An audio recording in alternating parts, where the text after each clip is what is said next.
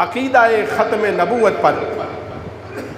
پہرا دینا ہر مسلمان کے لیے انتہائی ضروری ہے۔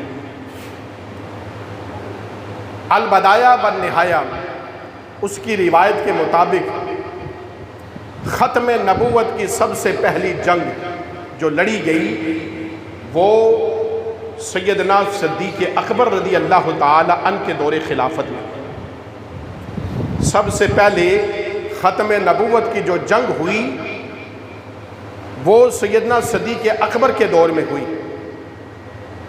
اور وہ جنگ یمامہ جسے ہم کہتے ہیں، یمامہ کے مقام پر یہ جنگ لڑی گئی، اور یہ مسیلمہ کذاب کے خلاف تھی جس نے جھوٹے نبی ہونے کا دعویٰ کیا۔ آپ صلی اللہ علیہ وسلم کی اس دنیا سے پردہ فرمانے کے بعد جھوٹی نبوت کا دعویٰ کرنے والا سب سے پہلے مسیلمہ کذاب تھا۔ اس نے جھوٹی نبوت کا دعویٰ کیا تو صحابہ کرام علیہم رضوان نے تقریباً 24,000 کا جری لشکر سیدنا صدیق اکبر نے حضرت خالد بن ولید کی سربراہی میں، سپہ سالار تھے اس لشکر کے خالد بن ولید رضی اللہ تعالی عنہ، مدینے سے اس لشکر کو بھیجا یمامہ کے مقام پر، اور یمامہ کے مقام پر بھیجا 24,000 کا یہ لشکر، جس میں کبار صحابہ کرام، حفاظ صحابہ کرام، قراء صحابہ کرام، فقہاء صحابہ کرام اور کثیر تعداد میں مسلمانوں نے حصہ لیا، اور یمامہ کے مقام پر مسیلمہ کذاب کی لشکر، اس کی فوج جو 40,000 پر مشتمل تھی، مسلمانوں کا لشکر سیدنا حضرت امیر حضرت خالد بن ولید رضی اللہ تعالیٰ عنہ کی سربراہی میں، سپہ سالاری میں 24,000 کا لشکر، اور مسیلمہ کذاب کا 40,000 کا لشکر یمامہ کے مقام پر جنگ ہوئی۔ اور یہ مسیلمہ جو تھا اس کی عمر بتائی جاتی ہے، مفسرین نے اس کی عمر کا لکھا ہے کہ تقریباً 250 سال تقریباً اس کی عمر تھی۔ یہ امام الانبیاء صلی اللہ علیہ وسلم کے والد کے پیدا ہونے سے پہلے کا تھا، لیکن امام الانبیاء صلی اللہ علیہ وسلم کے وصال فرمانے کے بعد اس مسیلمہ کذاب نے دعویٰ کیا نبوت کا جھوٹا، اور جب اس کے ساتھ خلاف جنگ ہوئی تو کئی مسلمان شہید ہوئے، اس میں 700 کبار صحابہ یا 600 کبار صحابہ شہید ہوئے۔ جنگ بدر دیکھیں، جنگ حنین دیکھیں، جنگ احد دیکھیں، غزوات رسول دیکھیں، ان سارے جنگوں اور غزوات کے شہداء اگر ہم ملائیں تو 600 نہیں ہوتے، لیکن ایک ختم نبوت کی جنگ میں کثیر تعداد میں 600 کبار صحابہ نے جام شہادت نوش کیا، یعنی صحابہ کے نزدیک کتنی اہمیت کی بات تھی، ختم نبوت کا پہرا کتنی اہمیت کی بات تھی صحابہ اکرام علیہم رضوان۔ اب جب جنگ ہوئی تو کئی ہفتوں تک، کئی دنوں تک یہ جنگ جاری رہی،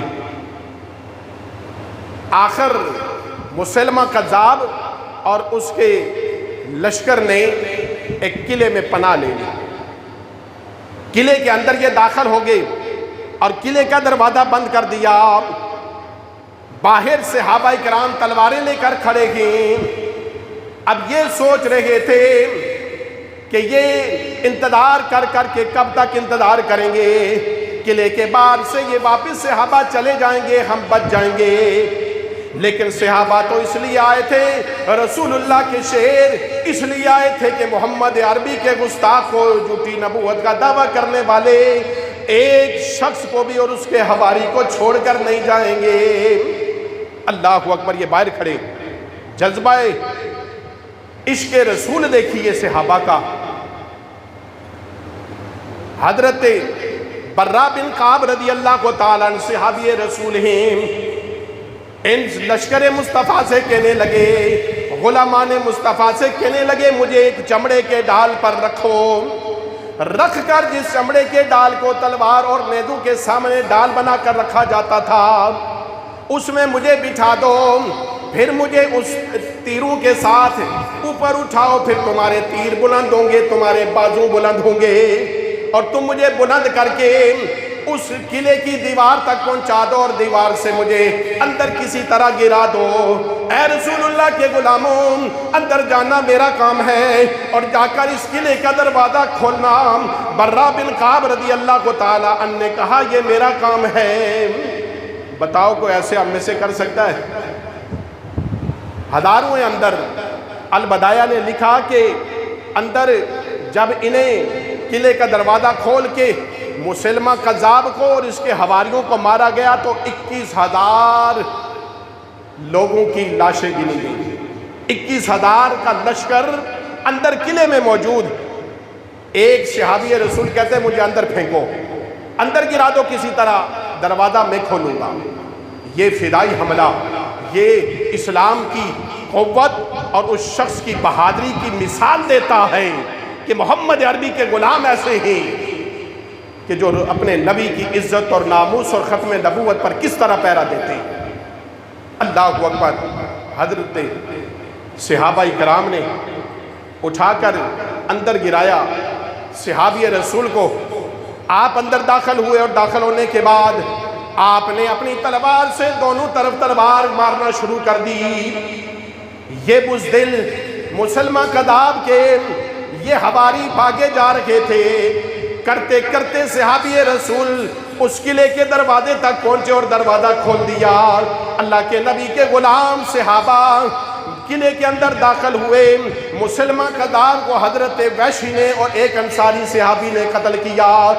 سارے حواریوں کو، ناموس رسالت پر حملہ کرنے والوں کو، ختم نبوت پر پہرا دینے والے ان صحابہ نے سارے مسلمہ کذاب اور اس کے حواریوں کو 21,000 کو قتل کر دیا۔ اور یہ مثال قائم کی دنیا میں کہ اگر کوئی مشرق و مغرب، شمال و جنوب جہاں بھی